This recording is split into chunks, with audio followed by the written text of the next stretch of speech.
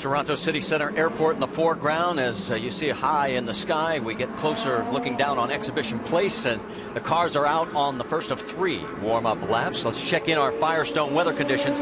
And we told you that the heat wave broke up here. It is 75 degrees, and for everybody sweltering in 100 plus in the States, our hearts are with you because it was hot up here also. Track temperature of comfortable 87. Now across the top of the screen, you'll see the entire starting field. Of course, a very interesting front row with Dario Franchitti alongside Will Power. Let's check on the onboard cameras. We've got 7 for you from back to front. James Hinchcliffe, he's going to be starting 19th in the GoDaddy.com onboard. Then you've got J.R. Hildebrand. He is going to be starting 15th in the National Guard onboard camera. A little further forward, it is Oriol Serbia. He is starting 14th. Serbia has the Firestone onboard camera. And the 83 of Charlie Kimball starting 13th with the Novo Nordisk camera.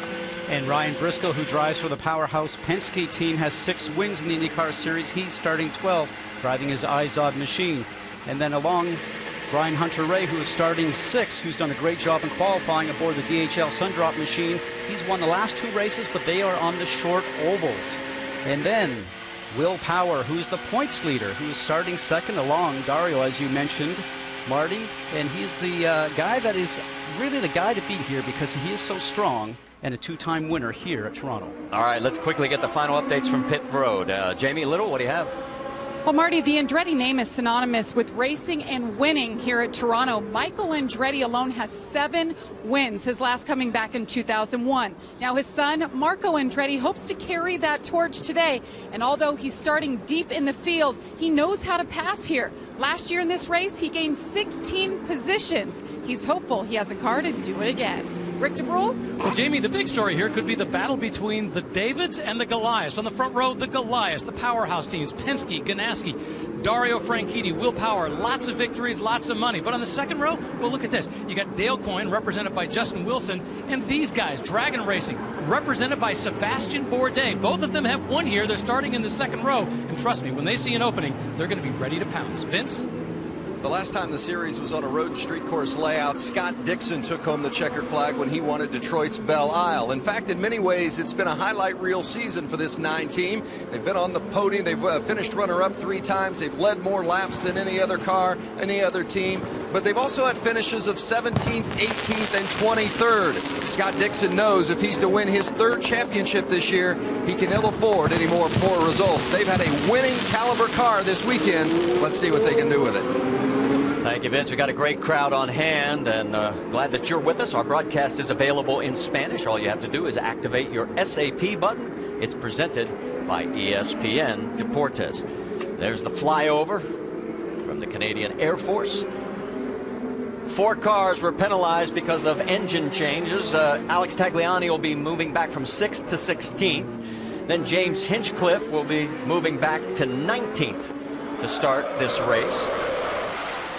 James Jakes, as the jets go thundering by, he'll be starting 24th in the number 19, and Simona Di Silvestro will be starting 25th in the field in the only Lotus. And there those 2 are at the very back of this 25-car field. And Marty, you talk about the hometown driver, James Hinchcliffe, a lot of pressure on him. When I talked to him, he said, it's almost like you're running at Indianapolis here when you're at Toronto. And I felt that. There's so much request for your media time. You don't really have time to go slow and get with your engineer as much as you would like to. And this, he said, has been tougher to him than at Indy. 6-time Dario Franchitti and Will Power have started on the front row together. Franchitti holds a sizable margin, 4-1 in the wins. Here we go, coming around turn 10 and 11 as we will be getting ready to go green. Pace car has pulled off. That is the final turn coming up right there under the Honda Bridge. It is turn 11. They'll come down the front straightaway. Crowd is on their feet. And wow, Franchitti really jumps out early. This race is green, down into 1. Hold on.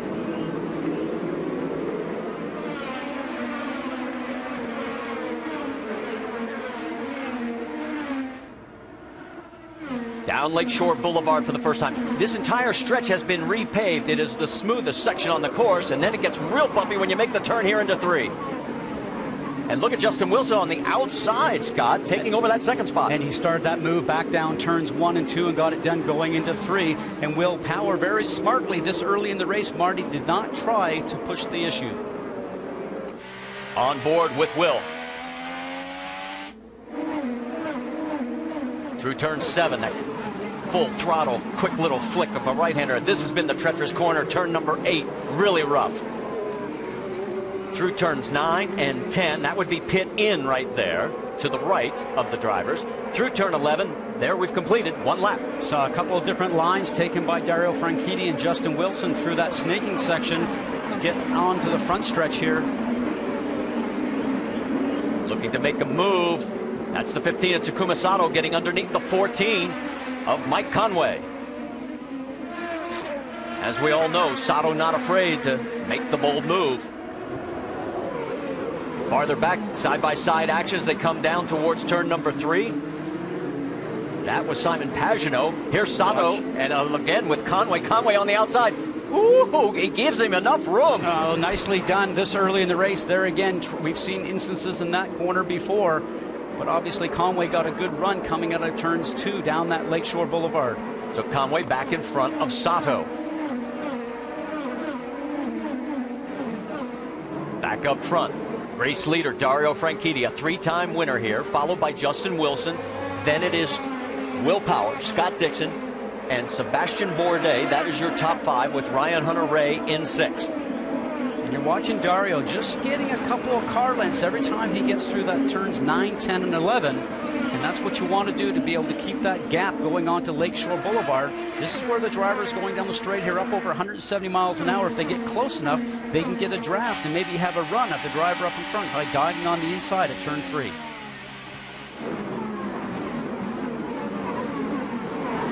Side by side, that's the 38. That was Graham Rahal. Here is Tony Kanaan trying to stick his nose in there as well. There's Kanaan right behind the 22 of Oriol Servia. And he's on the charge. You can just tell by the way his car is maneuvering and being very aggressive right now. But what you do to pass here is you set somebody up a couple of turns ahead. Now coming through here in turn 8, he'll try and get a good run coming out of 8 through 9, 10, and 11. Hopefully he has a shot at passing him down here into turn 1. If you can't make that happen, then you take a charge going down the backstretch. Servia 14th, Kanaan in that 15th position. And that's Hinchcliffe now running in 16th.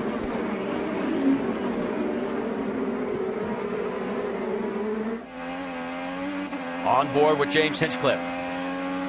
Now remember, we have the push to pass probably too early in the race to start using that, but you have 100 seconds. And you almost think of it almost like a power boost button on your video game that you can get an extra 30 horsepower. But I also like to say it's almost like a debit card, Marty, because you have 100 seconds, and if you use it all up early, you have nothing left to recharge your system with at the end.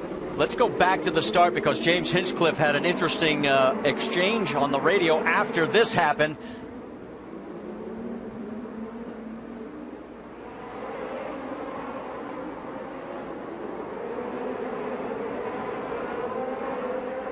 And for Hinch there, what happens there, Marty, is that he's on the outside and Hildbrand's going wide. He almost put him into that outside wall. There you see first and second coming through your picture. These guys have been duking out the championship the last couple of years between the two of them. Now here is the pass for second that put Will Power into second. This happened while we were watching the replay on Hinchcliffe. Nicely timed. We talk about drafting, going down Lakeshore Boulevard, pulling out the last moment, surprising your opponent, and he gets that done cleanly. There again, too early in the race to try to contest that. And these two are trying to open up some ground now on Justin Wilson, who is back to third. I think really what was happening is that for Will Power, he was watching Dario start to drive away just a little bit, and he realized he can't really afford to let him do that, so he probably started to drive just a little bit harder, starting to use maybe up a little bit more fuel than what he wanted to if he was trying to conserve early, but you can't do that with Dario Franchitti. If he gets a lead on you, it's hard to get it back. Let's check in again with James Hinchcliffe and his pit. Rick, what are you hearing? Well, let's talk about what their strategy is, and at this point, they know from the very start they're probably going to run an off strategy. The point being that they are already so far back, they need to do something to get up there. I was talking with the strategist, George Klotz. He says, we're going to gamble. And they said, no, wait a minute. You have to have money to gamble. We've got nothing. We got nothing to lose. 16th right now. Here we go. Battle for the lead. And it is Will Power taking the lead away from Dario Franchitti. So all of a sudden, Will Power's car has come to life here in the last 3-4 laps as the race has come to him. Well, it has, and he's letting his car come to him. Once the tire pressures start to come up and the tire temperatures start to come up, you then see what type of car that you have. Now on this long run, we're thinking they can get up to about 30 laps on a tank full of fuel. We'll wait to see if his car stays with him. He gets faster as the run goes on, or if the car starts to back up and Dario starts to pick up speed. You got to remember, Will has 3 victories this year, leads in that category, and all of them were on the road and street courses, as he knocked down 3 in a row after Helio Castroneves won the first race of the year at St. Petersburg. We've worked lap number 7 of 85. Stay with us. We'll be back after a word from your ABC stations.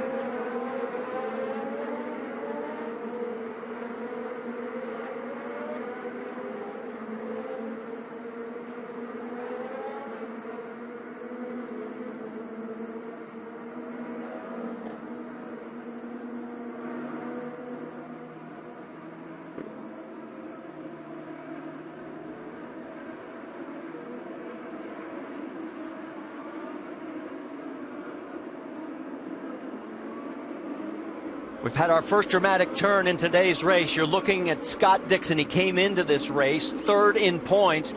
And as you can see by the oil trail leading up to his car, his Honda engine has given way. He is out of this race, and he is shown in 25th and last position. What a hit he's going to take in the points. And that's what drivers are talking about this year. Remember, we had just one engine manufacturer for many years, and Honda went years and years without engine failures, including racing at the Indianapolis 500. But now drivers are saying the points championship will not be decided until the end of the season because, like in my era, you lose engines or you lose components on the car. We've seen that this year. Vince, let's get an update on what you're hearing down there in the pits. Well, certainly frustrating for this Target team. They've had such a good season, as we indicated just before the race. Mike Hall communicating with Scott. Mike, any indication at all before I let go? No indication at all. The engine, obviously terminal. The engine decided to leave us. Unfortunate timing. Thanks, Mike. Marty. Mike's still trying to keep a smile on his face. It's the 3rd DNF this year for Scott. He had a mechanical back at Long Beach, and of course the crash at Texas. As we said, he is going to take a huge hit in the points. We can also tell you Simona Di Silvestro has pitted, and she is in pit lane right now. She is shown in 24th position. Now, Dixon has had other engine issues. Your allotment is 5 at the beginning of the season, and this will now mean that Scott will be going to number 6. So next race, he will automatically have a 10-position penalty. So not only does he lose points, he's going to have a terrible start at the next race at Edmonton. So if he even qualified on pole, he gets to start 10th there, essentially is what happens. So a little disappointing knowing that when you get to the next event. All right, let's get back to the action on track. As you can see, we still got a great battle in the middle of this field. That's Takuma Sato in the 15 trying to hold off Tony Kanaan. And now, that is 12th and 13th. And Marty, we saw him on the inside going into turn 3. And the rule here in Toronto is that because there's a slight bend in that stretch, once you come out of turns 1 and 2 and you head down and you've got through that bend in the middle of the straightaway, if you choose to stay on the inside, you have to stay there. The driver then would try to drive around the outside, much like we saw Justin Wilson do earlier. If you you cannot call that a defending move, so it's very interesting to see what side the drivers will choose. And as a driver, you know going down the straightaway if the competitor behind you has a run on you, so it's very simple. Just stay to the right. Let's go back 2 laps ago. This is James Hinchcliffe trying to get around Tony Kanaan down Lakeshore. There again, Tony had chosen to stay on the inside. Now Hinch is going to run out of room here. Yes, he is. Oh, look at that. Boys are playing rough early. Just some great driving here, and Toronto brings that out in you simply because there's not simple turns here. There's not easy 90-degree turns. They're all confrontational, and you really have to push the issue if you want to get past the car in front of you. I'll give you an idea on the lap times.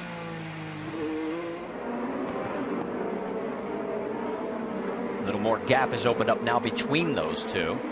Not missing anything up front. Will Power's lead over Dario Franchitti is 2.1 seconds. This is where the tightest battle has been on the racetrack. And these guys are driving hard, Marty. It's so difficult to maneuver through this course, and it's not changed even since the years that I drove here. And there's so many different types of changes in the surface itself, from pavement to concrete. As we see Simona Di Silvestro on the right-hand side, and I did hear a motor go past the front stretch here off song just a little bit ago, and I'm wondering if that might have been her. But back to the battle here on the racetrack, and as a driver, you try to push the car and get just a little bit more out of it, and what you end up doing is making the car slide across the ground, and in that result, you end up losing time. Vince, the 5 is in. This is part of the strategy for EJ Viso going to the red tires, but the key is to not go a lap down because Will Power, the leader, will be less than a straightaway behind. Power is coming through turn 8 right now, and Viso coming back out onto turn number 1. He will stay on the lead lap. So the strategy begins to unfold for those cars that were starting deeper in the field. We expect others to be pitting shortly. We're going to step aside quickly. We'll go side by side. There's your top 5 here at Toronto.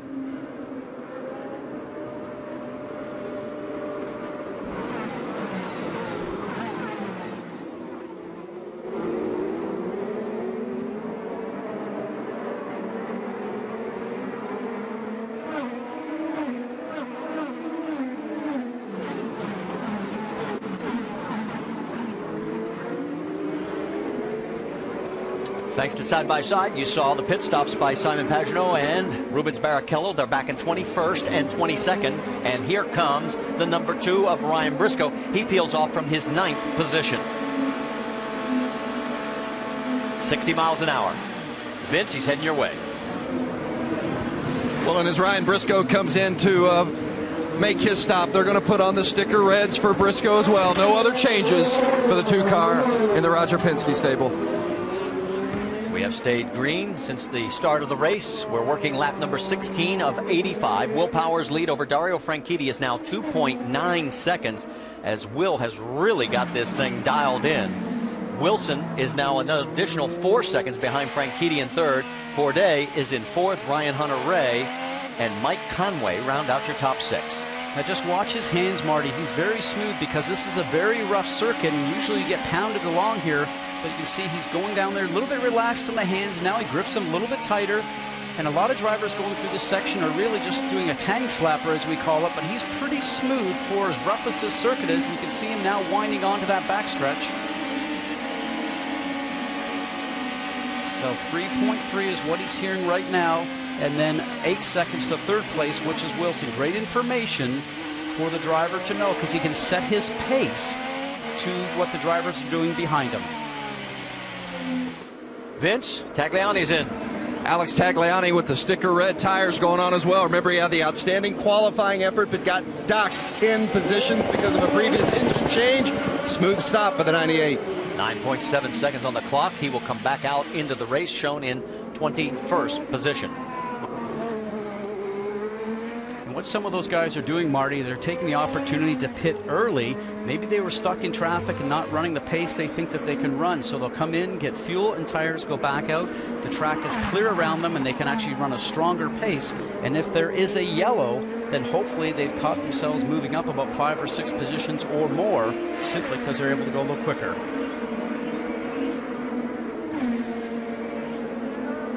You heard, don't worry about fuel. That's for the race leader. Here comes Hinchcliffe. Rick? Yeah, Hinchcliffe comes in. Before he came in, they asked him, what do you need? He said, how about a turn of front wing? I got a little more understeer than he likes. Once again, this is part of that off strategy. Come in early, get out. Wow, on the limiter, 7.8 seconds. Good quick stop. And interesting to see, he took the red alternate tires off and put on the primary tire, the black sidewall tire. And if he had understeer, which he mentioned, putting in the front wing is the right move, make the front grip just a little bit better for him to get around the turns. And as we were looking at all this pit action, you notice that Bourdais has gotten around Justin Wilson. So move Bourdais into 3rd, Wilson back to 4th. And here comes Mike Conway all over the 28 of Ryan Hunter-Reay. Driving in the ABC machine for A.J. Foyt. Very strong competitor. You know how quick he is on road courses and street courses. Remember, he had that horrific accident at Indianapolis a couple of years ago. He's come back through all his trainings, do a great job, and be competitive once again here in the IndyCar Series. Conway's best finish this year back at Barber, 7th. Tony Kanaan is in. Jamie. And it's a quick stop from Tony Kanaan, sticker reds, and he pitted the exact same time as Oriol Serbia, who's right ahead of him, who took sticker reds as well, both clean stops. Pass right there, the 38, they're side by side, they're teammates. Oh no, this could be an interesting conversation back in the trailer. That Charlie Kimball, no severe damage. Gets it done, and this is where you need to stay calm in that whole situation. We do need to make a note that when Tony Kanaan was leaving his pit box, his right rear wheel did hit the tire in the pit box ahead of him. It'll be interesting to see if that is going to cause reason for a penalty. We're going to watch here in a replay, and watch when he leaves. He'll just nick that wheel over just a little bit. Now that is up to the pit tech to make his decision on what happened there in that scenario. Again, you can see he's just sliding the car out, and that is so difficult because you're unleashing 700 horsepower, Marty, and very difficult this year still for the drivers who come in. The clutch is on the steering wheel this year. It's not on the floor like it used to be, so you're trying to control a lot of things at once as we watch.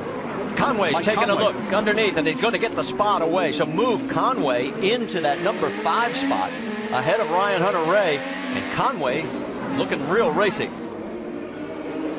Started 11th. He has picked up 6 positions. He's now running 5th, and right in front of him is Justin Wilson. Boy, Wilson was loose there. Justin knows that Mike's on the charge, so he tries to get on the throttle a little bit more coming out of that carousel, and it cost him time. He's really taking the rear tires off the car right now simply because the car is being overworked. He's decided to pit. So Justin Wilson peels off from 4th. That'll move Conway and everybody else up. He's coming to you, Rick DeBrule. Yeah, he comes in overall happy with the car, wants a slight wing adjustment, some tire adjustment. Well, comes in actually very, very slow. Remember, they have not had a lot of laps this weekend. In fact, he's only run about 30 laps, but because he has so much experience here, because he's done so well here, that's been able to keep him up. Nice clean stop, and he's out. 8.7 seconds as we are working lap number 21. Now remember, those who have not stopped are going to have to start thinking about it here in the not too distant future, because as you mentioned, Scott, we think the window is about 28-30 laps. And remember, it's a different engine package here this year, Marty. We had the V8 normally aspirated engines last year. We're now running turbocharged motors, 2.2 liters. So getting to learn a lot about what these engines will give you at all these circuits that we're now returning back to. You see across the top of your screen your top 5. Now we can tell you IndyCar is investigating. They have not made a decision. And no action, we are being told, will be taken against Rahal on the contact. Remember, he just came off probation at Iowa, the last race on the tour. And there you see Graham. Let's go back and show you this incident one more time. Diving down the inside, and looks to have a clean move there, and he was beside Charlie Kimball. So in that scenario, Charlie probably just could have left a little bit more room for him, and Charlie would have had to stay on the brakes, turn in. So he thinks he's going to have him out-braked, actually. And, you know, and Rahal's in there pretty deep. I'm not sure that, you know, that was a bit of a 50-50 gamble on that one, because Rahal really drove that one in very, very deep in the turn. Well, Kimball finds himself back in 19th place now. And there is Rahal. And when you mentioned the probation for Graham Rahal, that was an incident back in Long Beach earlier in the year where he and Marco Andretti collided. That's Hinchcliffe on the outside of Justin Wilson. And this is for position. This is for 15th on the racetrack. Now remember, both these guys have made pit stops. Hinchcliffe gets the spot. And both those guys are on the primary tire, the black. Here comes Ryan Hunter-Reay into the pits for his stop. Vince? He's finished 3rd here each of the last 2 years. They feel like they've got that kind of car again here today. But Ryan Hunter-Reay not completely happy with the way it's handling. He's going to try to change the driving style a little bit to help the car. And we're getting information from IndyCar officials that Tony Kanaan will have to do a drive-through penalty for hitting that tire on pit road. And there he is as he's coming down. Now, to wait and see where this brings him back out in the rotation, and you can see some of the action going on a little further back. That's Pagenaud. The 19 of James Jakes, that is for 10th on the racetrack. You can see James is fighting that car right there. It was a little hard on power down and a little difficult to try and turn through the turn. EJ Vizo right now with his teammate Rubens Barrichello. Both those guys look to be on the charge. That was Alex Tagliani right in front of Barrichello. And that's Tony Kanaan right in front of Tags. Oh. That's 20th, 21st, Graham and Rahal is into the wall at turn number 1. Local yellow right now. Now it is going full course. Pits are closed. And the yellow is out for the first time. And it looks like Rubens was about ready to barrel in there. And this is the gamble that you play. If you had been inside the pit lane already when this yellow came out, you could have done your service work and come out. Now let's watch this in turn 1. You can see Helio Castroneves just in front of Graham Rahal. Locks the tires up, carrying too much speed, cannot get it slowed down, and just catches the wall. No tires there to soften the blow, and his day is done. Remember, the first race back here in 1986 was won by his dad, Bobby Rahal. His only other DNF was when he crashed back at Long Beach. And if you remember, that was the incident involving he and Marco Andretti. No, and this is something of his own doing, but he's not had a great season so far. I got to believe that he's disappointed, and it just makes me wonder if he's really happy with the team that he's with, in the sense right now that you always look at your teammates with Dario Franchitti and Scott Dixon always up front. It always seems like Graham's just behind a little bit. Will he stay there, or will he maybe move off to a different team? Don't forget that his dad owns a team here that's also powered by Honda. And the next thing you have to think about, Marty, is that Dario has another year left on his contract after this year. Will Graham stay around and wait for that position that might open up, or is he going to be impatient and want to maybe move and be more competitive right away? Graham's best finish, second back at Texas. And right now, we're going to have to wait and see how the strategy unfolds, because at lap 25, the top 7 cars, Power, Franchitti, Bourdais, Conway, Castroneves, Hildebrand, and Andretti, have not pitted. Simon Pagenaud in 8th has stopped. James Jakes in 9th has yet to stop. So this could really work out to Pagenaud's favor here if those top 7 cars do come in. Well, I got to believe they're going to come in, obviously, to get the fuel once the pits are open. And for Simon Pagenaud, with a team being run by Rob Edwards, a lot of thinking going on there right now. And Simon Pagenaud was a guy, remember, that came to this series, had not run oval races before, has been competitive on ovals, but really I think is like Sebastian Bourdais. I mean, just a master at road courses, and not with some of the big teams here, but everybody really respects those guys' ability on these street and road courses. There is Will Power. His sizable lead is gone.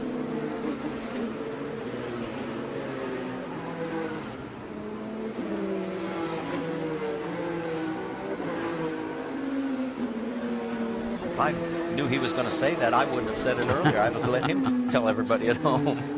You can see all the rubber starting to accumulate offline just a little bit there. That's called the rubber marbles, which is already starting to come along. But, you know, this is a pressure time for all the crew members when we do open up the pits, Marty, because pressure's on them to get all the tires and the fuel taken care of, and a lot of pressure on the crew to not make a mistake.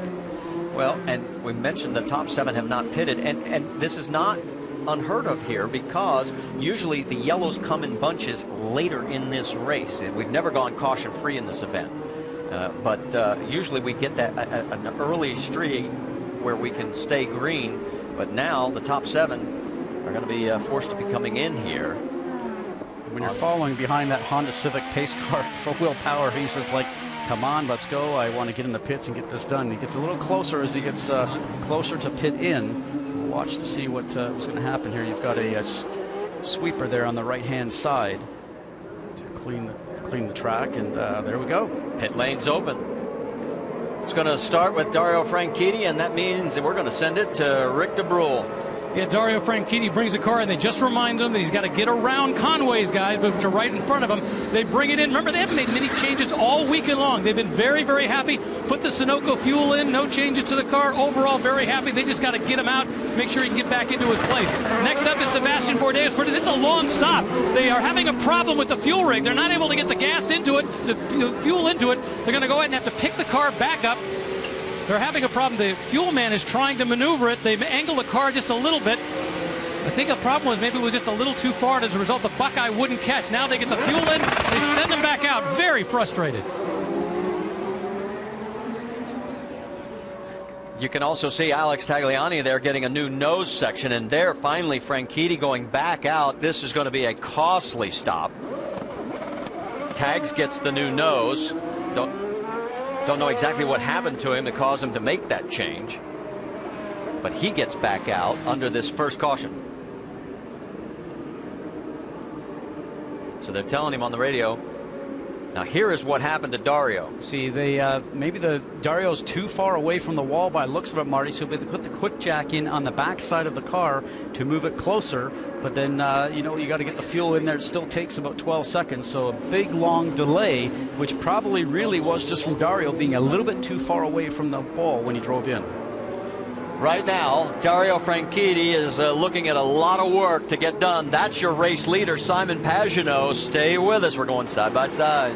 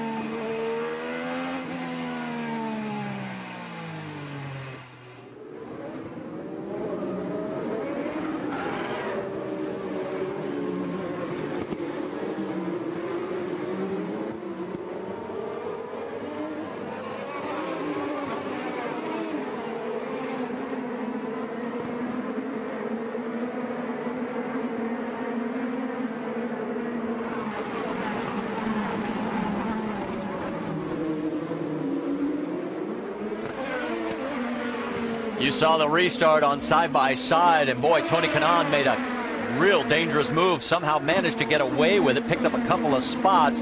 We'll reset it for you once we sort it out down into turn number 3, because I got a feeling it's going to be a log jam. Hang on.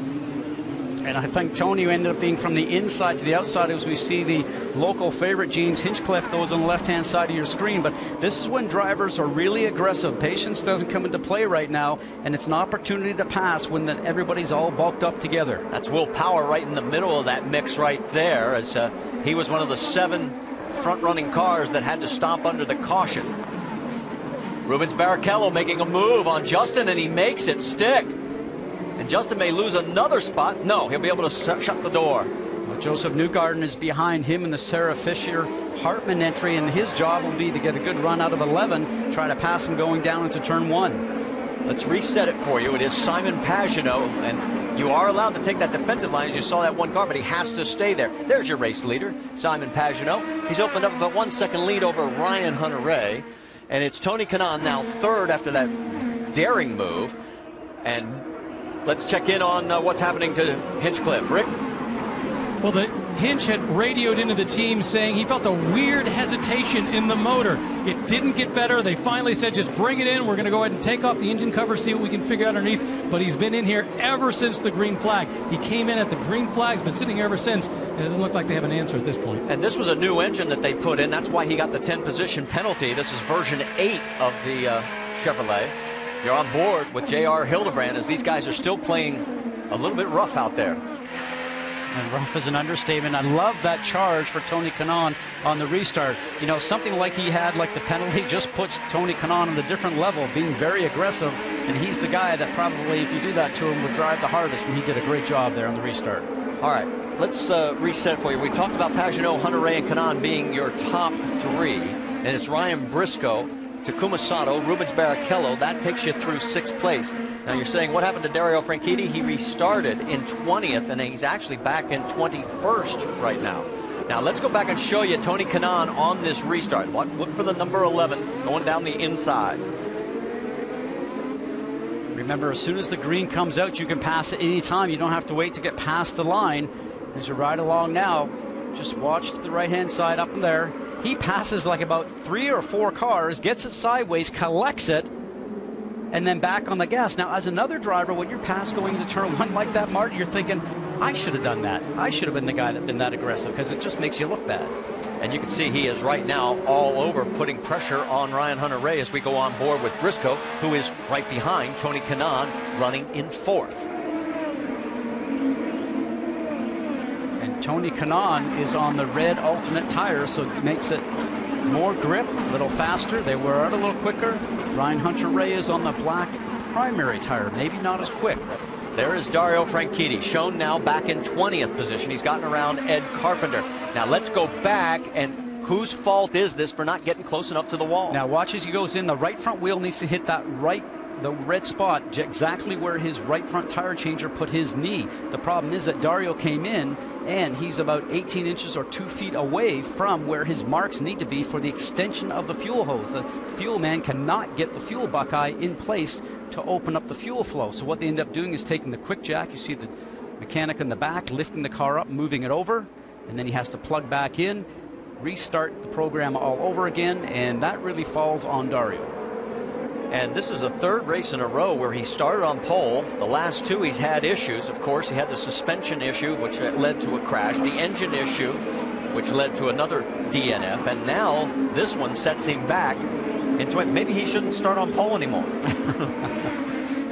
There's a lot of satisfaction when you're up on the front like that, but he'll look back upon this and just be very disappointed. You're on board with Ryan Hunter-Reay, who's shown in 2nd position, and right now with Will Power back in 11th, as here comes Tony Kanaan on those reds. He's going to try it on the outside. Can't get it done. Now he's going to be under attack a little bit from Ryan Briscoe in his Izod Hitachi machine, because Tony was slowed up just a little bit. Now for Briscoe, he's also got the red alternate tires on. While this battle continues, Vince has caught up with Graham Rahal. Yeah, frustrating weekend in general, but certainly a frustrating finish on a short day. What happened, Graham? Yeah, I mean, it was just I'd been struggling with the right front locking a lot. Significantly more. I had wound it almost 2% rearward since the start of the race, and it was still locking, and I was pushing hard trying to catch Elio, so it's my fault. You know, I made the mistake, and yeah, I mean, this whole weekend just been off. Haven't really felt great. You know, we haven't really gotten the car figured out. I mean, Dario has been going good the whole time, but for me, I've been struggling, and you know, it's a bad way to cap it off, of course. We were hoping for a good result, and were we the quickest today? No, but were we the worst? Absolutely not. So, you know, it's frustrating, but I feel bad for the guys, and just move on from here. Marty? It's his 5th run here at Toronto. His best finish was 5th back in 2010. And Marty, when he's talking about winding the brake bias back, the driver has an adjustment inside the cockpit where you can change the degree of amount of front braking to rear braking bias, and that's what he was playing with to try and get the car to stop locking the right front wheel up. Charlie Kimball right there putting pressure on Rubens Barrichello. That is for 7th on the racetrack right now, and everybody is chasing Simon Pagenaud. Pagenaud has led for the 2nd time in his season. He led the most laps at Long Beach, 26, on his way to a 2nd place run there. And his lead right now over Ryan Hunter-Reay is 3.5 seconds. That gives you an idea. There he is way out in front on Lakeshore Boulevard. We're back after a word from your ABC stations. As you look down from high above on Exhibition Place, we have knocked down 36 of 85 laps here at Toronto. The race leader right there at the bottom of your screen is Simon Pagenaud by 3 seconds over Ryan Hunter-Reay. Here are your Firestone lap leaders. Will Power led for 20. Pagenaud's now 11 and counting. Dario Franchitti led for 5. We have a total of 3 cars out of the race. Ray Hall, Di Silvestro, and Scott Dixon. Yes, Dixon is out. And James Hinchcliffe is in the pits, and he's 9 laps down, but not officially out of the race yet. If the race ended right now, look at how this would shake up the points. Ryan Hunter-Reay would take over the lead by 16 because Power right now is buried in 11th because he had to make his stop under caution. And you think about James Hinchcliffe, as you mentioned, the local driver in the pit lane. Remember, just a few races ago, he was in 3rd, looking like he might have a shot at getting to the top at some point in time, but haven't had a good, lucky time here, I would say, in the last few races. Ryan Hunter-Reay finished 3rd here at Toronto the last 2 years. He's running 2nd right now, and he is thinking championship.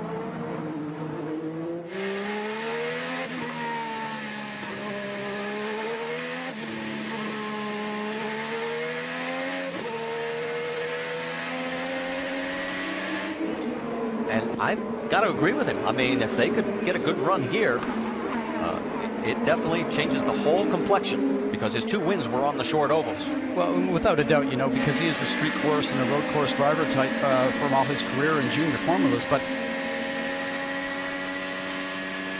you also have to think that, I think back in my conversation with him back at St. Petersburg at the beginning of the year, he expected to fight for the championship as we watched the number 2 machine of Ryan Briscoe start to have a look going on the inside of Justin Wilson, but could not get that done. And for Ryan Hunter-Reay, his whole focus right now is to win that championship. We'll let you know while you were watching that action, EJ Vizo made his 2nd pit stop of this race. And James Hinchcliffe is now officially out of the race. What a disappointment, Rick. Yeah, disappointment for James and also for everybody here in Toronto who's been cheering you on. Any idea at this point what actually put you out of the race? No, it's the motor started running a bit sour, and you know, we started a bit on the back leg. I had no pit lane speed limiter, so I had to do that first stop just by watching the speed on my own. And it's a shame, you know. We had the right tire strategy, I think. We made some good passes on the start there and got a couple more guys, and finally luck fell our way with that yellow, and the way the pits got closed, had ourselves up in 4th and in contention. I think we had a good car, but just, man, it's not a weekend in a lot of ways. You know, disappointed for the whole GoDaddy crew because they've done such a great job all year, and definitely disappointed for everybody here in Toronto. The fan support this weekend's been just awesome, and I'm sorry we couldn't give them a better finish. Yeah, it's kind of turned into a lost weekend for James Hinchcliffe, unfortunately, but well, this one's over. You got to move on to the next one. He said that with all the personal appearances, the only time he felt like he was on his own to be calm was when he was in the race car. And unfortunately, he's out of the car for the rest of this race. You're looking at Kumasato, and they start with 100 seconds of that push to pass. You can see 92 and 82, respectively, for he and the man that's chasing him, Charlie Kimball, running in 7th. And Kimball's doing a great job because this is a very difficult circuit. Remember, he's the driver that's driving with diabetes, and this circuit really just takes a lot out of you physically. And he's adapted to Indy cars quite well, continues to improve. And he's part of that 4-car team of Target Chip Ganassi. We've already seen Graham Rahal, his teammate, is out of the race, along with Scott Dixon. One thing I want to think about while you get ready to go side by side, our race leader pitted on lap number 14. That means he has gone 26 laps. Simon Pagenaud may have to stop in the not too distant future. And we'll find out when we come back to Toronto.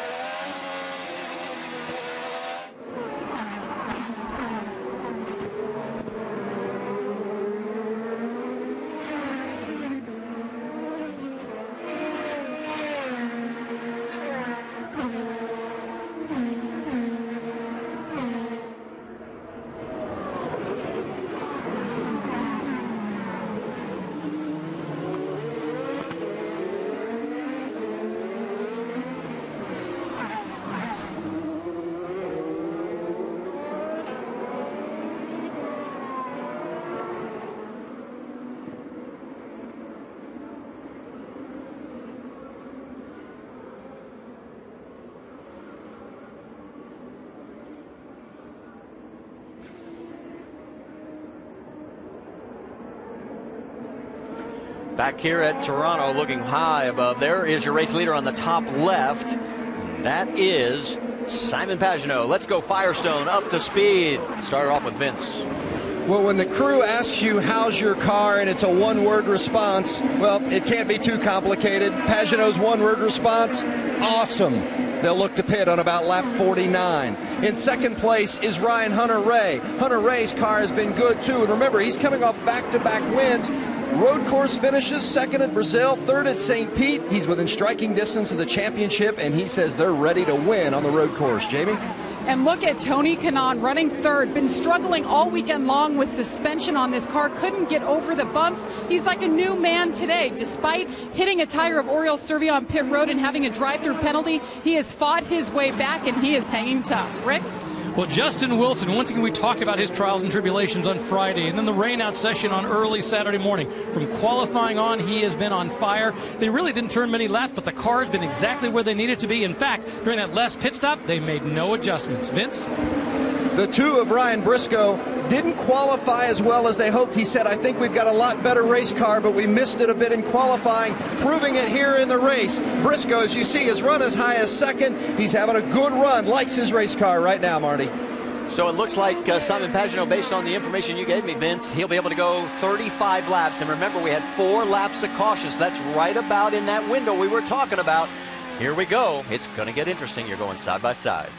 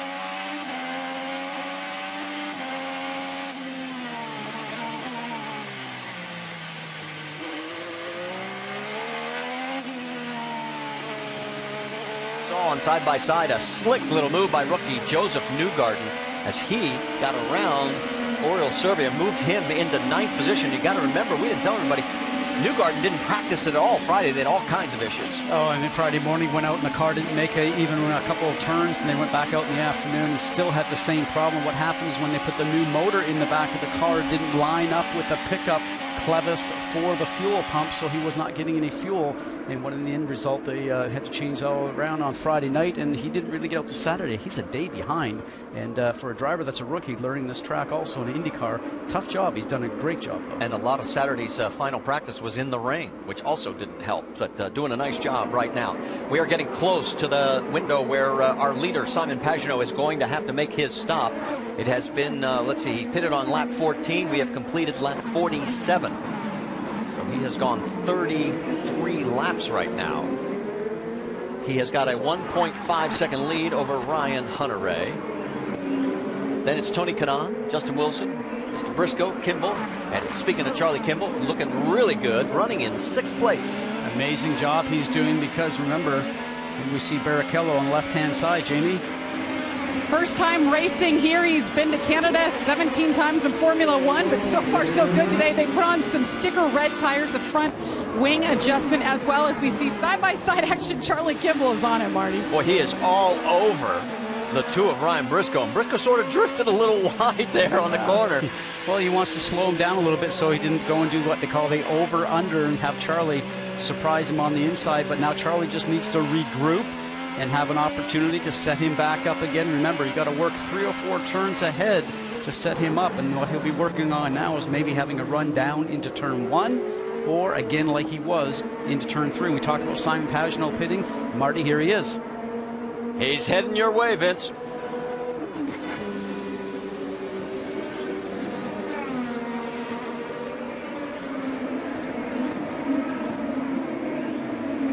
He hit the marks perfectly. They're going to make a slight air pressure adjustment, scuffed red tires, a good quick stop. Up now they've got a problem. They had a slight problem there in the rear, and the stop ends up being slower. Oh, I'm just wondering if maybe the car came down on the air hose or something like that. So if that's the case, that could be a penalty, but we'll have to find out what was going on there. Franchitti had worked his way back to 17th before he too comes in for a pit stop. What it means right now is Ryan Hunter-Reay has taken over the race lead. He is followed by Tony Kanaan in 2nd, and both those cars last pitted on lap 22. So if you figure about 35, 34 laps, gives you an idea how far they can go. Takuma Sato just getting on the gas there really hard. He looks in his mirrors and he sees the 12 machine, the Verizon car of Will Power. A little bit different lines here. I think right now Sato, the car ahead, is really fighting with the handling of his car, and I think that Power is going to take advantage of that. And Power's got to run on him, and he's got to try and duck underneath him here going into 1. Hard on the brakes. It's really rough. He makes it. Now Sato is probably going to get eaten up going down the straightaway here. Remember, push to pass. Will he use it and try and keep them at bay?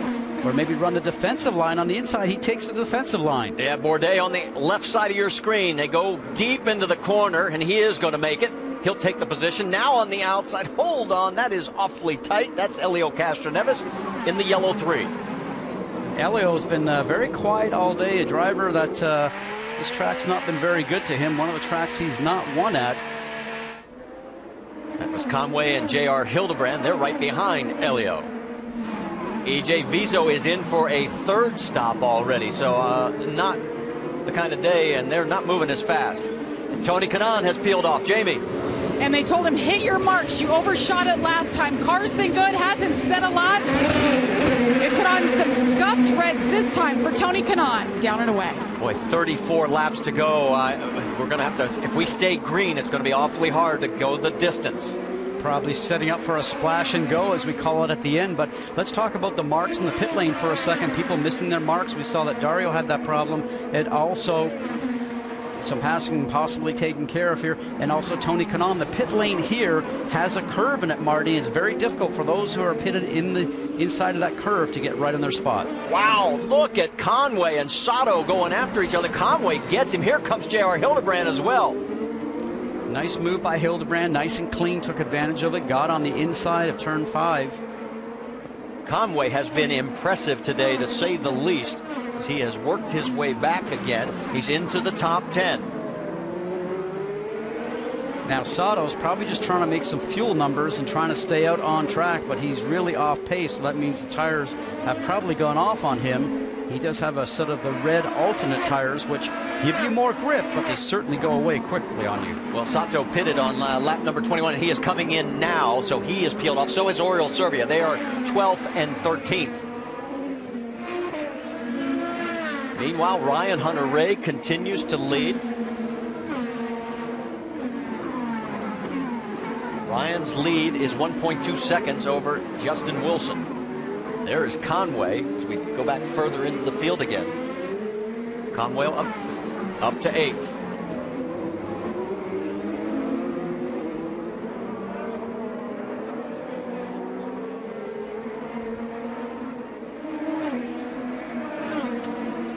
That was Conway's radio you heard. He has not had a lot of success here. He's run here at Toronto only twice. Both times he finished 22nd.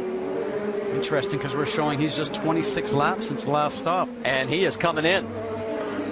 And it looks like EJ Vizo's day may be coming to an end. He is still in pit lane. Here comes Will Power as he peels off. Vince.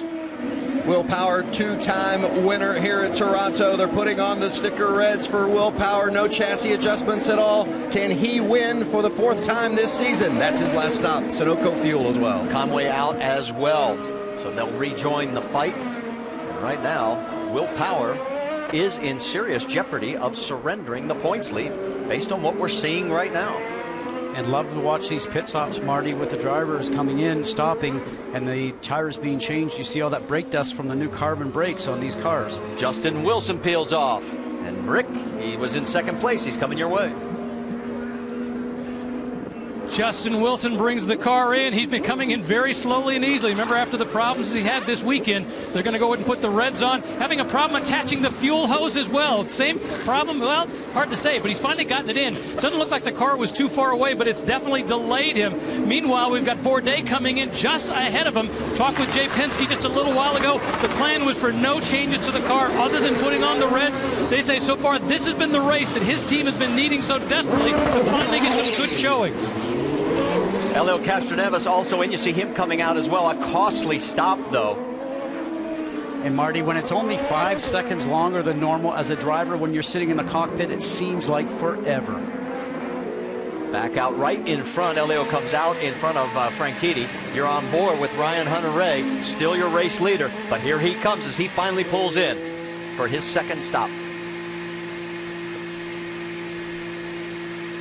He went 33 laps, Vince, and we have 31 to go. It's been an uneventful weekend other than a little contact in the morning warm-up, but otherwise Ryan Hunter-Reay's had a lot of good car to work with throughout the course of the weekend. Likes his car here. Can he take it to the finish? He relinquished the lead to pit. Good stop. He's back out. We have another lead change. That's Joseph Newgarden as he is making his pit stop as well. He had worked his way up into the top 5. So he comes back out. Where will he rejoin? Look out! Always difficult in that section. There is J.R. Hildebrand. Now he is shown as your race leader right now.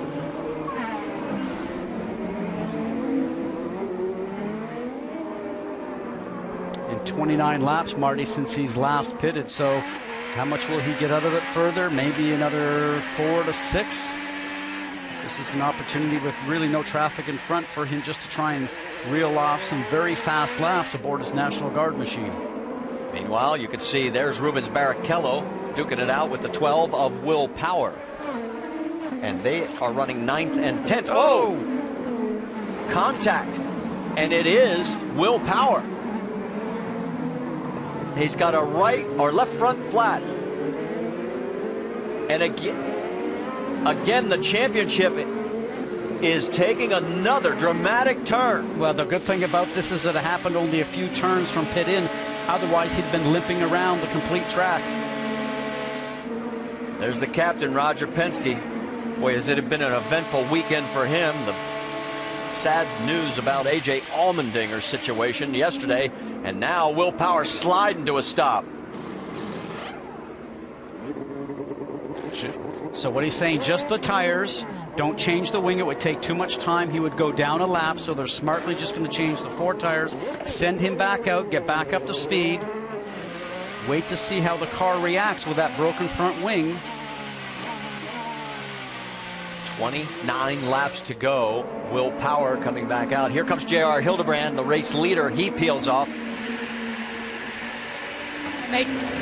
Jamie? Counting J.R. Hildebrand down. They're going to put some sticker reds on there, fill it up with Sunoco fuel. Coming off a fun off weekend, he went to the X Games for the first time, cleared his head. He's ready to get a good finish. It's been a few races since he's had one of those. Nice clean stop there and a great job by J.R. Hildebrand. And this will give you an idea just how good a car the 28 has been, along with the 11. They are now shown back in first and second place. And remember, they just pitted back on lap 55 just a couple laps ago. And that's the number that we thought. If you got to lap 55, you should be able to make it to the end. Remember, no one's always very truthful when what kind of fuel mileage you're getting, especially when you're asking about Chevrolet and Honda. And you saw the debris flag being waved there by the corner marshal, letting people know that are going through that there is some on the track, some parts or sometimes some liquid. In this case here, it's obviously parts from Will Power's car. Are you surprised that they haven't thrown a full car caution with that there? I'm not, because you know something, all the drivers know the parts are there and they can drive around it. Sometimes I think that that's the right thing to do, and I like what they've done here. All right, let's go back on board with Will Power when he had his issue with the left front tire. With Ryan Hunter-Reay up front, here's what happened to Will. The wing breaks, the tire goes down as it gets cut, and then Will ends up in trouble. We'll be back after a word from your ABC stations. Back here at Toronto as we are now completed 60 of 85 laps at the Izod IndyCar Series event in Ontario. Ryan Hunter-Reay, you're on board with him right now. He has a 1.1 second lead over Tony Kanaan, another 5 seconds further back. Simon Pagenaud running in third. We have a total of... And Will Power is back in. And Vince, what's going on? Well, they did change that front nose assembly, and they had hoped that maybe it wouldn't ill affect the car too badly, but the key was to stay on the lead lap. Ultimately, they were hoping to get a yellow, didn't get it, so they had to come in and make that change. And he's now 1 lap down in 20th, and we figured out what actually happened to him, Scott. Well, in that scenario, it looks like he got an altercation with Joseph Newgarden going through the back section, turns 4 and 5, and broke the wing. And then what ended up happening was the wing broke free, got underneath that left front tire, and then flattened the left front tire of Will Power's machine. So the other side of that, Marty, is that he had put on a nice set of red sticker tires the previous stop, which are the soft compound tires, which give you more grip and more speed. And now he had to go and change over to the primaries, which are a little slower.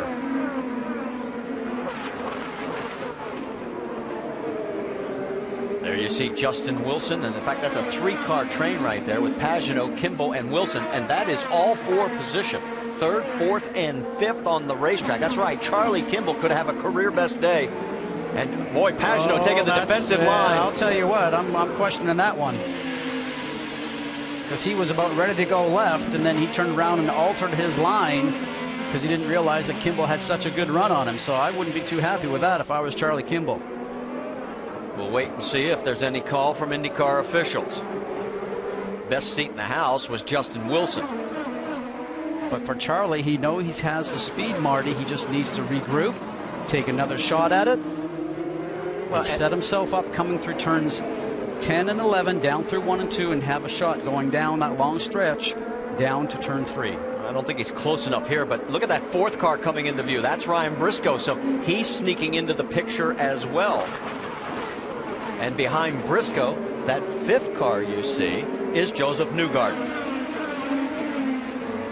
What a run this would be for Newgarden if he could finish in the top 10 after the weekend that car has had. Here comes Kimball again. Let's see if he can get it done this time. Oh, and again, Pagenaud going to stay way to the inside. Well, that's okay, but he made his move back there coming through that bend, and he stayed there. You talk about Joseph Newgarden, a good finish for Sarah Fisher Hartman Racing, and that's pretty impressive for a guy that started go-kart racing up in Newcastle, Indiana and came through the ranks very quickly in a short 4 or 5 years. Let's get an update on Charlie Kimball. How about it, Jamie? Well, I've been talking to him the last couple days, Marty, and he's been like a new man, just a new attitude. And I asked him what it's all about, and he said, I'm just gaining confidence. I'm confident in the race car bucking under me here on this rough track, and that's had a lot to do with it. He's been studying DVDs, and the team as a whole has learned more about the race car, what makes it better.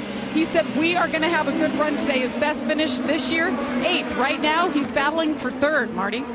And we have a total of 21 laps to go, and here we go down Lakeshore Boulevard again. Let's see what happens this time. He takes a peek to the inside. Can't get it done. He wasn't close enough. He needs to do now is sort of sit back for a lap or two and let Simon Pagenaud think that he doesn't have anything for him, and then have a great strong run and just do that what we call the surprise move, bounce on the inside. We're not ignoring the race leader. Ryan Hunter-Reay has got a 4-second lead over second place Tony Kanaan. This is the best action on the race course. Pagenaud, these guys are 8 seconds behind the race lead, but look at it, 5 cars all within, about a couple of 100 feet of each other. We're going to go side by side as the laps wind down. 20 to go here at Toronto.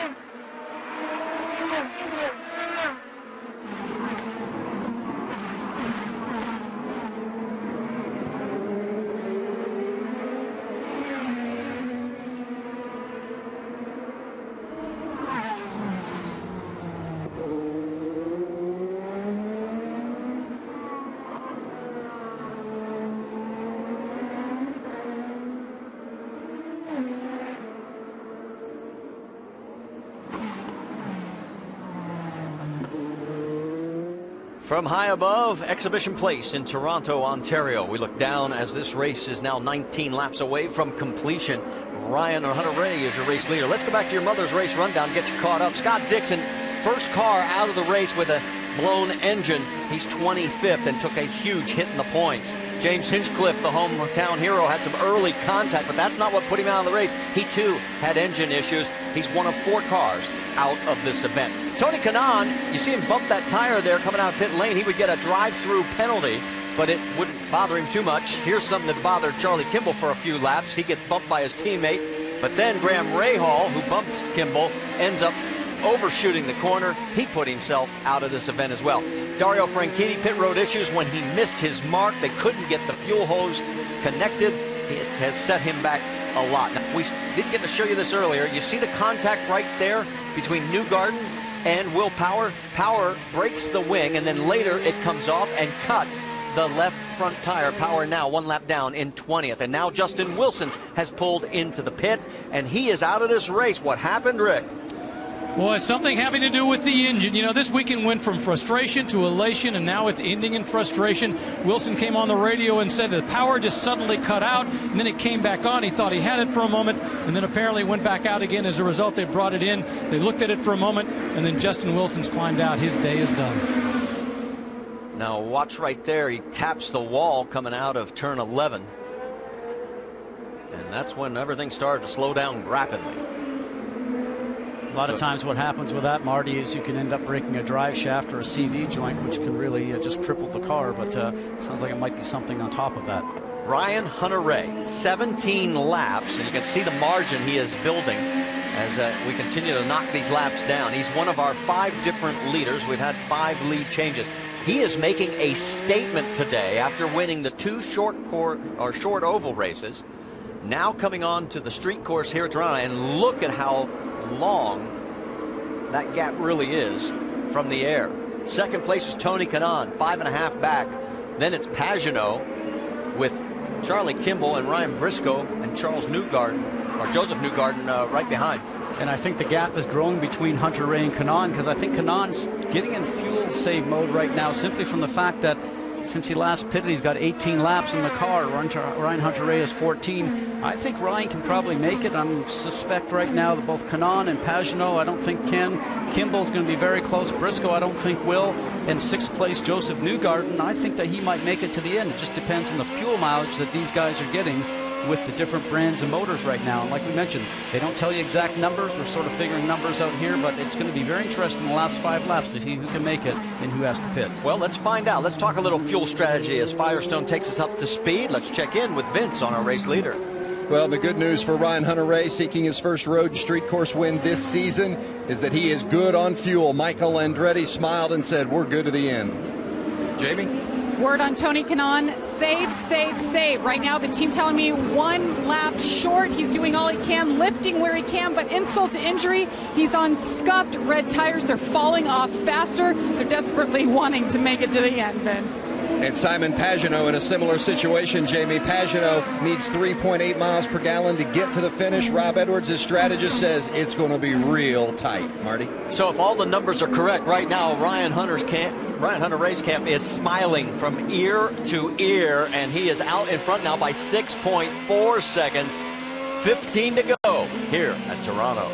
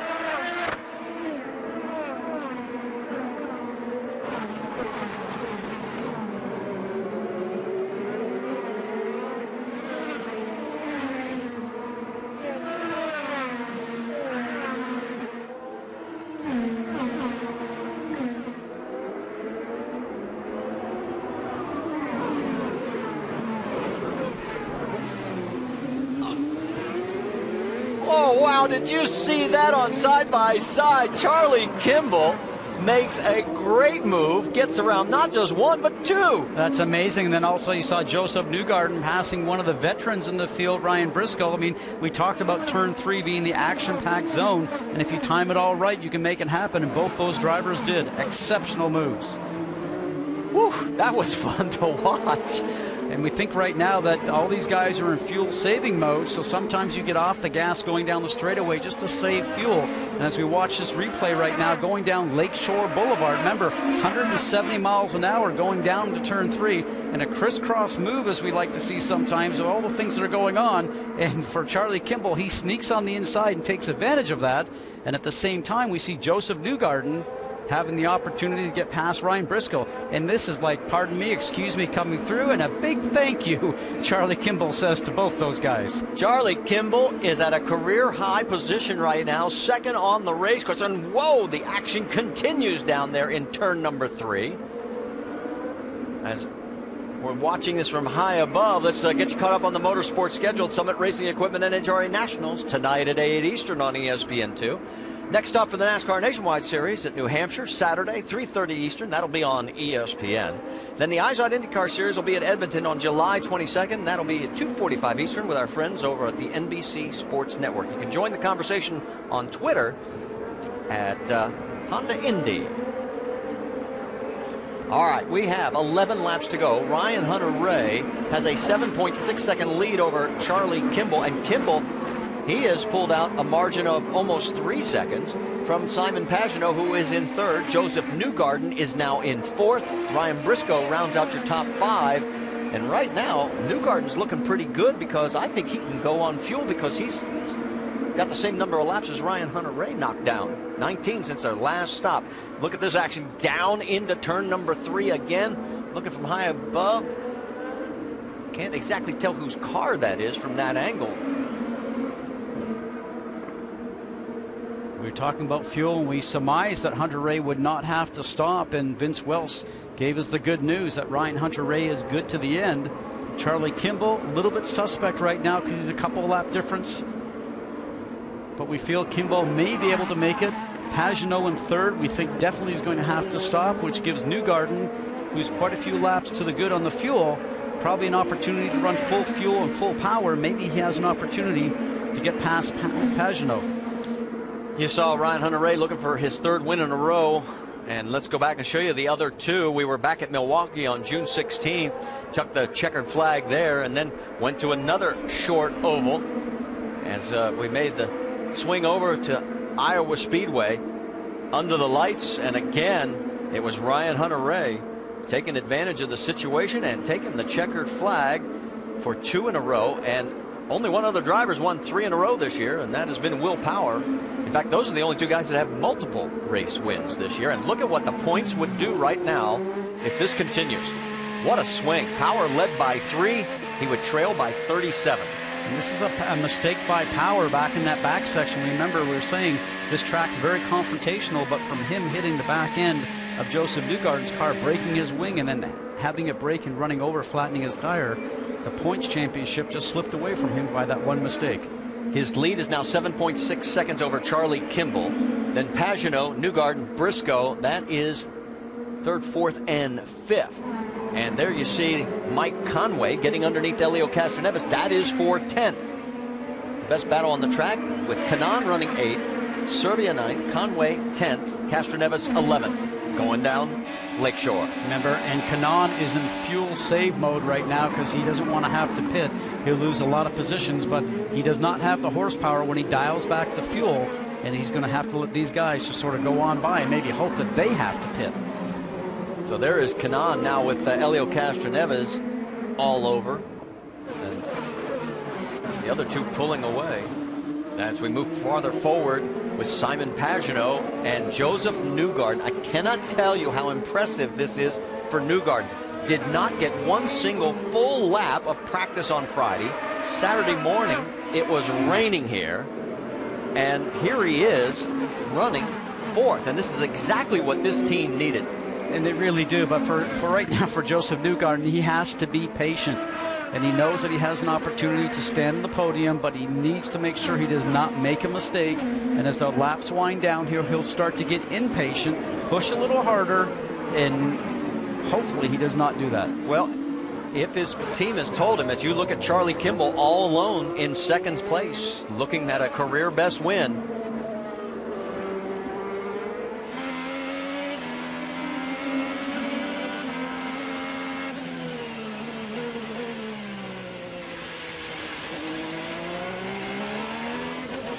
And that is Mitch Davis, his strategist, telling Charlie Kimball we're good to go. I just asked him, he said, we're good to the end. The question is, can we catch Ryan Hunter-Reay and do something with him, having the race of his life today, Marty?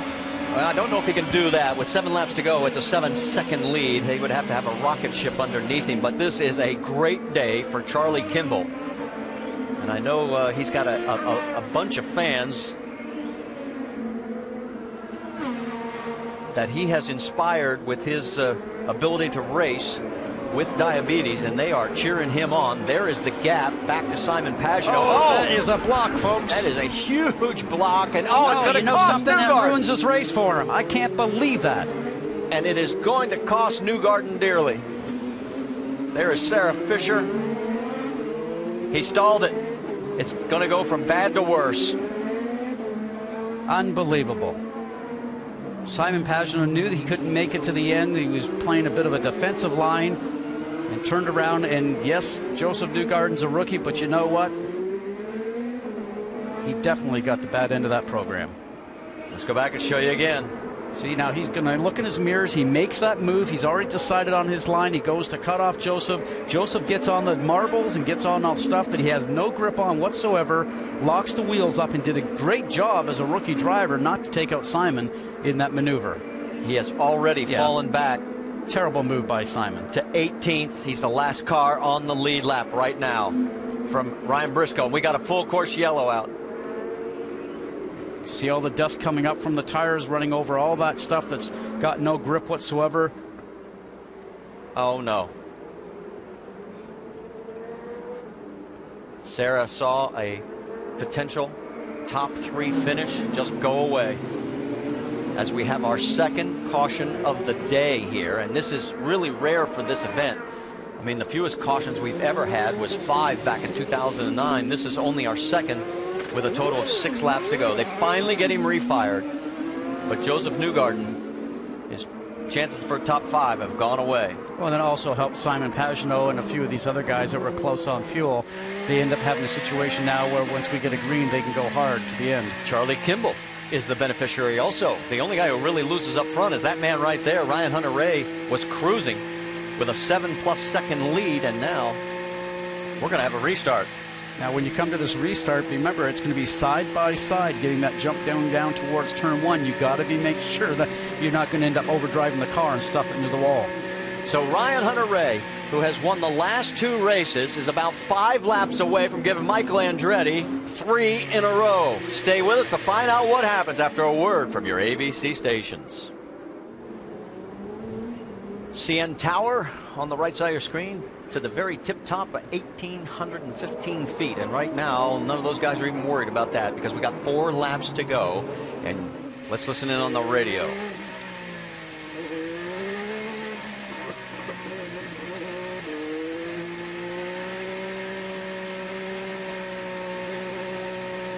That's Ryan Hunter-Reay. He's going to take driver's right. They did not sweep, so it's going to get a little crowded here trying to find the line.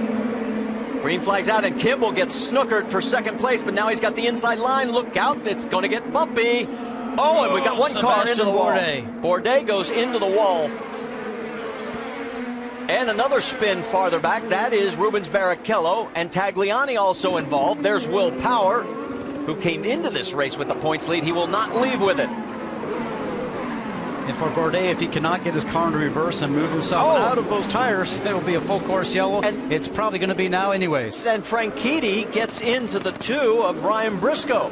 And then more contact with Andretti. Carpenter in the 77 of Pagenaud, who was going to have to serve a drive-through penalty for the block that he laid on Newgarden. Wow, this thing has just gone crazy here since the restart. And that's what Toronto does for you. Full course caution. And I'm not sure they're going to be able to get this all cleaned up before we run out of laps. And I don't think so, but you also have to feel for Ryan Briscoe, who was having a great day. Didn't look like he had the fastest car on the track, but was very smart in just trying to run his race all the way to the end. The irony in all this, that during the break, Simon Pagenaud and several of those other cars we told you about that we thought would have to pit, they did. So if Joseph Newgarden could have just been able to get on those brakes and stay behind, he would have inherited that spot, but it's all for naught. You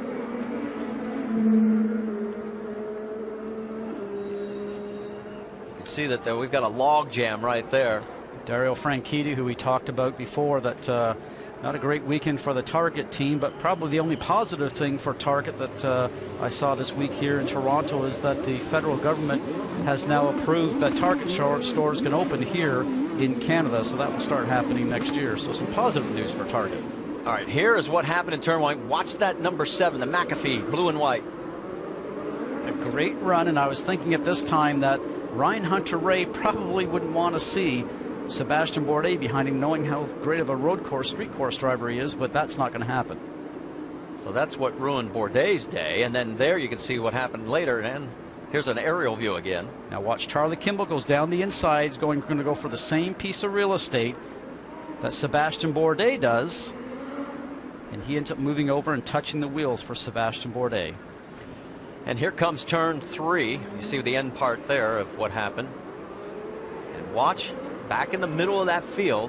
Just takes one move, somebody moves over, and that was Briscoe who got moved over, turned around, ended up getting into the number 10 machine for Dario Franchitti. And then these guys stack up on each other. You can see Pagenaud trying to get going, can't do it. On board with Briscoe.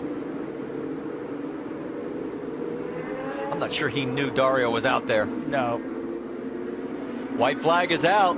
Final lap. This one is going to end under caution. So it looks like, as they're still trying to get some of these cars started, there is going to be your race winner. And for the second race in a row, Ryan Hunter-Reay is going to win this under caution. You think about for Michael Andretti, who's won 7 races here in his career as a driver. Things just seem to go well. I asked him one time, what is it about Toronto? He goes, I don't know. It's just love coming here, and maybe it's the water. Well, and some of these guys that had great races going, it looks like Newgarden's going to finish 13th. Power is going to finish 15th. Franchitti looks like he'll be around 17th. Boy, the points are taking a huge change today. And you're looking at the new points leader right there. Ryan Hunter-Reay with what will be his 3rd win in a row. He'll be leading by 34 over Will Power. Then 46 over Elio Castroneves in 3rd. Marty, you say 34 points, and it sounds like a lot, but from what we're seeing this year in the series, for people falling out because of mechanical engine failures, it's going to be a run all the way to the end.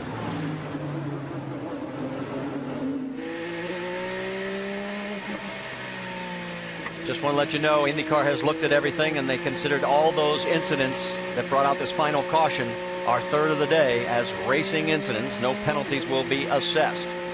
And there comes Ryan Hunter-Reay saluting the crowd as he comes down to get the checkered flag.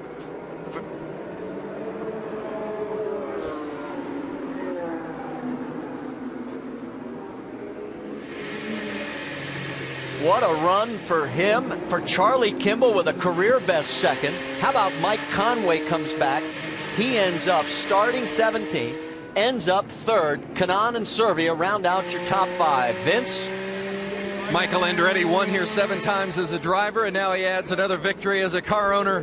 Well, you guys were bad fast today. How was it all the way around? I'll tell you, he did a great job. You know, we were lucky with the strategy there when we pitted before that yellow came out, and he just drove perfect race. You know, the whole team did a perfect pit stops, you know, DHL, Sundrop guys. So it was just great to finally win one here as an owner. As you know, we haven't been able to do that, so it feels really good. Were you planning to pit at that spot initially, or did it just kind of end up breaking your way? We were watching what the other guys were doing, really. We were letting them dictate it. And when we saw that Pagenaud and Kanaan were starting to catch us with their newer tires, that's when we decided to come in, and then we come in and then the yellow comes out. So we can thank them for that. Big day for the team as well, moving into the lead for the points championship. What's that mean? It means a lot. It means a lot. I think we have a really good shot at it. All the rest of the tracks we feel real confident at, so we'll see. 3 in a row. Well done. Thank you. Marty? It certainly was, and we'll get a chance to hear from the winner when we come back. We're going to step aside, and we'll be here at Toronto after a word from your ABC stations. Well, we've had an eventful day here at Toronto. Hope you've been with us the entire stretch, because it started early with Scott Dixon going out very early in this race. And boy, that was just the beginning of all the action. And it ends up with that man right there. Well, he's going to need a little assistance to get to victory lane. Well, while we're waiting for him, that man being Ryan Hunter-Reay, to make it to victory lane. Let's talk to the man who's had a career best day. Charlie Kimball, welcome to the podium. Congratulations. Boy, what an eventful day. First, a little coming together with your teammate, but you were saying that last restart was an adventure. Why? Yeah, it was pretty scary out there. We'd had such a green flag stint, and with everyone on street circuit tires, both the blacks and the reds, there were so many marbles offline. And the one to go, I went driver's left because I figured Hunter-Reay'd pick driver's right to see what the marbles were like. And I was radioing in, they got to sweep, they got to sweep, they got to sweep. And, you know, race control was stuck because there were 3 laps to go, right? And you got to go green. I mean, you got to give the fans the shot to finish under green because we'd put on a great show all day. And the Canadian fans here at Toronto are always so good. So let's talk about how does it feel, man, to finally break onto this podium territory and have such a great finish? It feels like it should start to become pretty familiar. That's the plan. So, now that I'm here, it's a big deal. I got to give a lot of credit to the Novo Nordisk Chip Ganassi Racing because the car was good all day. All I had to do was turn the wheel and push the pedals. Charlie Kimball likes the second spot. He wants more. Well, for Charlie Kimball, his prior best was 8th career. Another guy who had a career best day, James Jakes. He finished 8th today. And there's our race winner.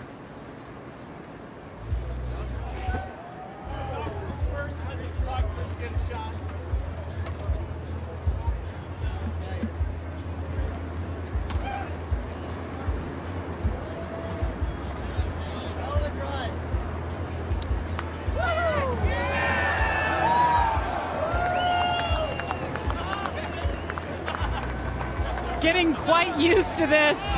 Owner Michael Andretti, a 7-time winner here himself. The first as a team owner here. His wife, Becky Gordon. Ryan, were you as confident in that race call to pit early and keep it on blacks as you were at the end? Man, I didn't know what to expect at the beginning of the race. I mean, the car was loose, but it really came to us, and Michael was just great in the radio today. You know, he's saying, save those tires for a restart. And we're way out in the lead, and I'm thinking, I know there's going to be a restart. We saved the tires, and we gapped them at the end. That was awesome. 3 in a row. I don't even know what to think about this. You won on 2 ovals in a row. What does it mean for you to come out here and win on a street course and prove that you're an all-around awesome driver? Well, it really shows that this team can get it done on all venues, and we're looking to make a championship run here, no doubt about it. We're concentrated on every lap, every section, and we're not getting ahead of ourselves at all. It's a great group to work with, and to win for DHL, Sundrop, and Chevrolet here in Canada and Toronto. You know, my mom's from Hamilton, just up the road, so this is a special one for sure. 3 in a row. I got to take this in. 3 in a row mid-season, Ryan. I have to ask, what is it about you and your team that's just seemed to click?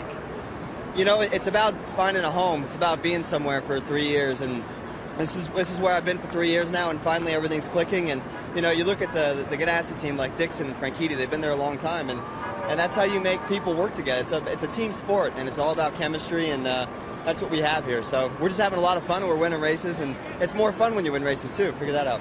How does point leader sound? Awesome. We got a long way to go. American Ryan Hunter-Reay brings it home, 3rd in a row. Marco Andretti, his teammate, congratulating him. Big day for this team. Marty? 2/3 of this season is over. 5 races remaining, and here's the gap. Ryan Hunter-Reay now leads Will Power by 34, 46 over Castroneves, who moves into 3rd. Dixon 54, and notice Dario Franchitti. We talked about it a couple races ago.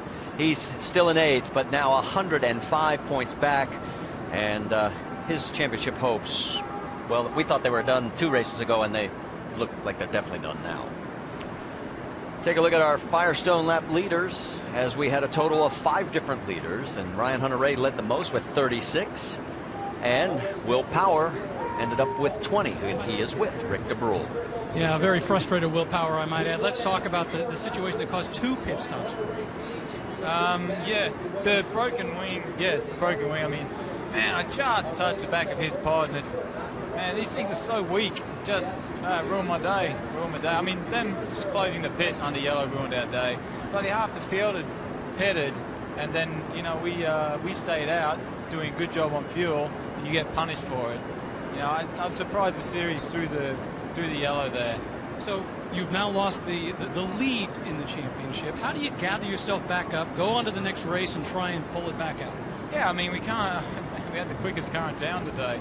There's not much more you can say. We got caught out by yellow, and then we just got caught. You're back in the crap and racing around. Trying to find your way back, and that's on me. I should know. Can't touch the front wing on anything. All right, Will Power once again just have to gather it up, go on to the next race, and try and get that lead back. Vince? Tony Kanaan started 18th, had a drive-through penalty. How did you come all the way back up and finish 4th?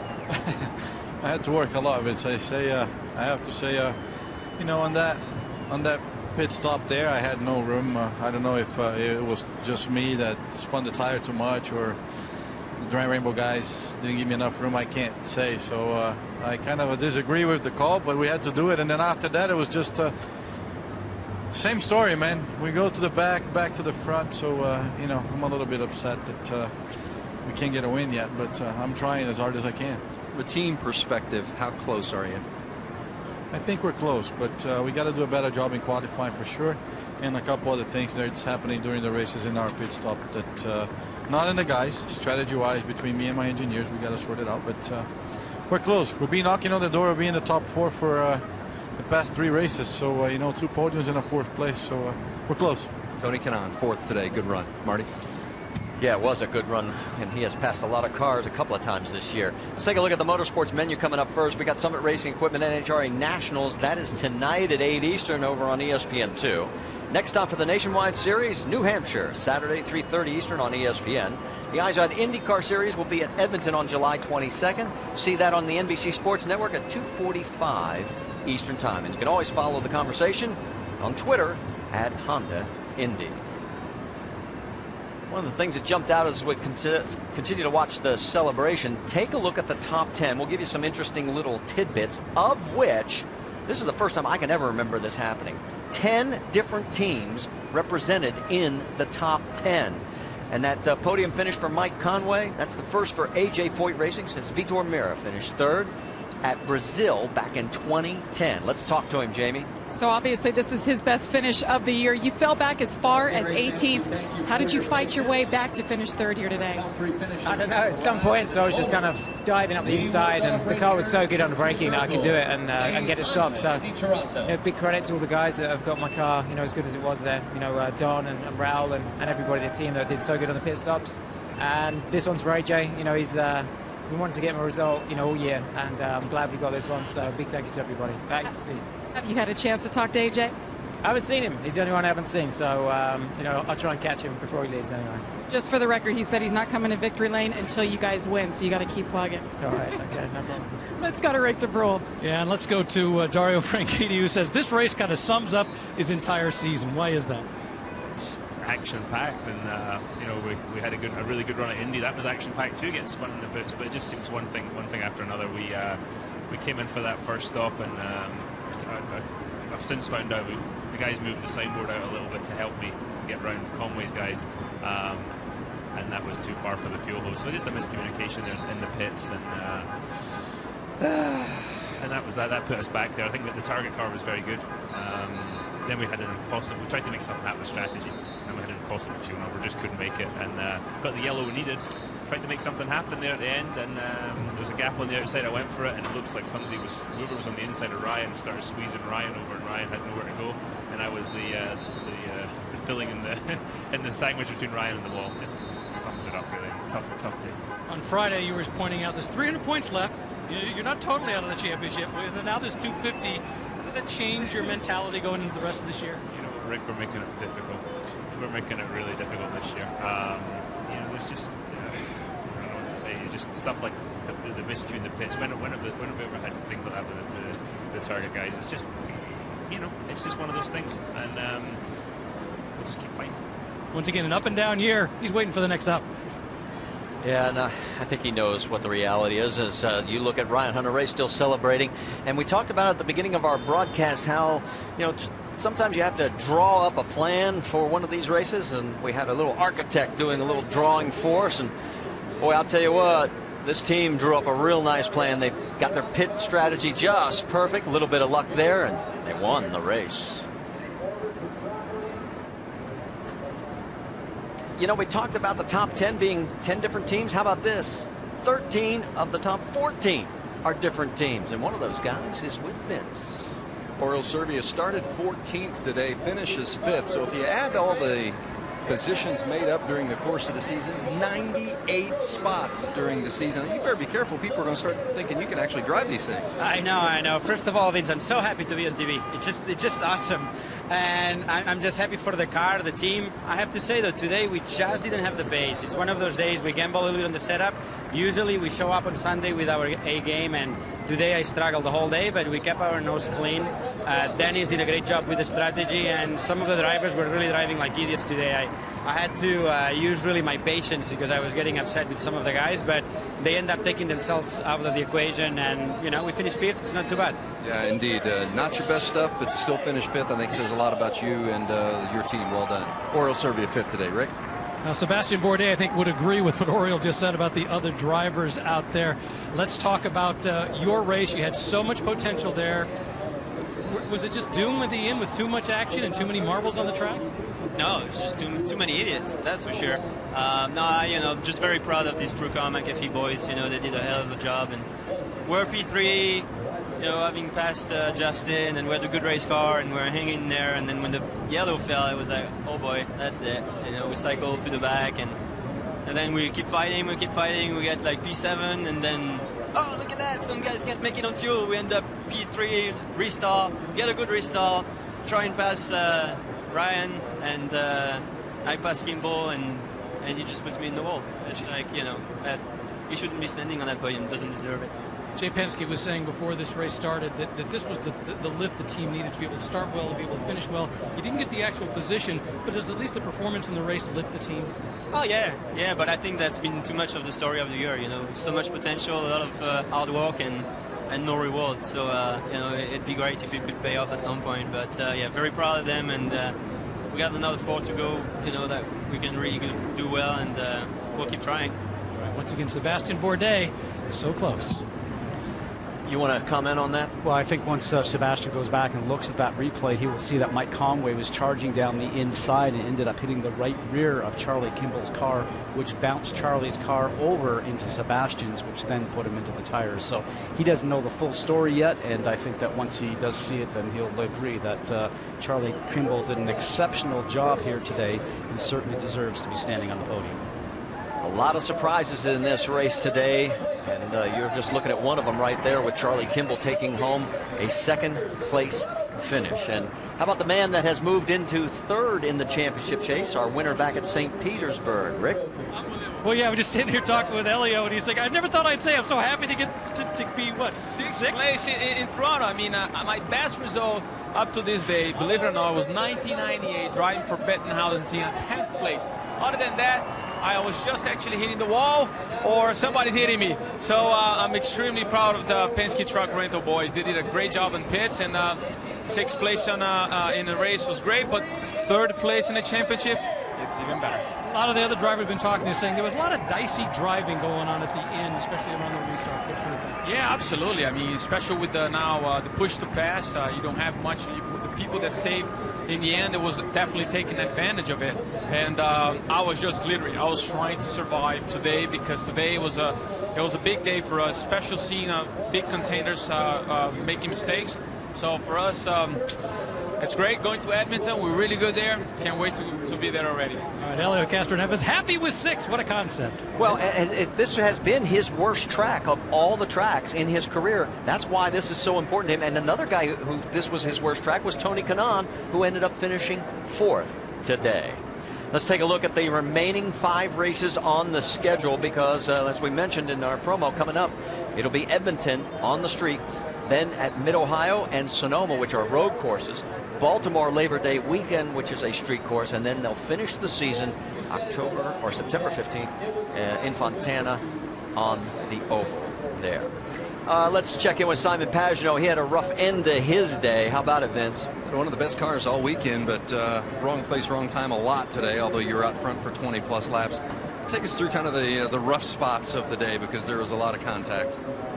Well, actually, race went really well. I don't know if I should be happy or mad, because I really felt like we could win this one, but strategy didn't pay off for us. Unfortunately, at the end, we had to pay for fuel. So, we couldn't make it. We needed a yellow. So, that's a bit of a shame, but don't really understand why I got penalized at the end there. I thought I did exactly the same as I did all race long with Kimbo, and I didn't spread the rules. I understand, I got to stay on the inside, but if someone's going to wreck me, like Newgarden went into this hole and he was going to wreck me, I had to move back to give him some room. So I have to talk to Bob Arfield and understand. Trying to figure out the exact definition of the rule. It's been a little murky these last couple of hours, Marty. Well, as we always know in these things, these guys see what they think they see, and it's always different depending on who. What do you got? Well, my final thought on that simply is that Joseph Newgarden wouldn't have been out of control if he didn't end up being moved over by Simon into the dirty lineup. So I think Simon takes the blame on that one. Coming up next on ABC, Wimbledon Gentlemen's Final Highlights. And the next stop for the Eyes On IndyCar Series, it'll be a race on ABC Sunday, August 5th at Mid-Ohio. Congratulations to our race winner, Ryan Hunter-Reay. For our entire ESPN on ABC crew, I'm Marty Reed. Till we meet again.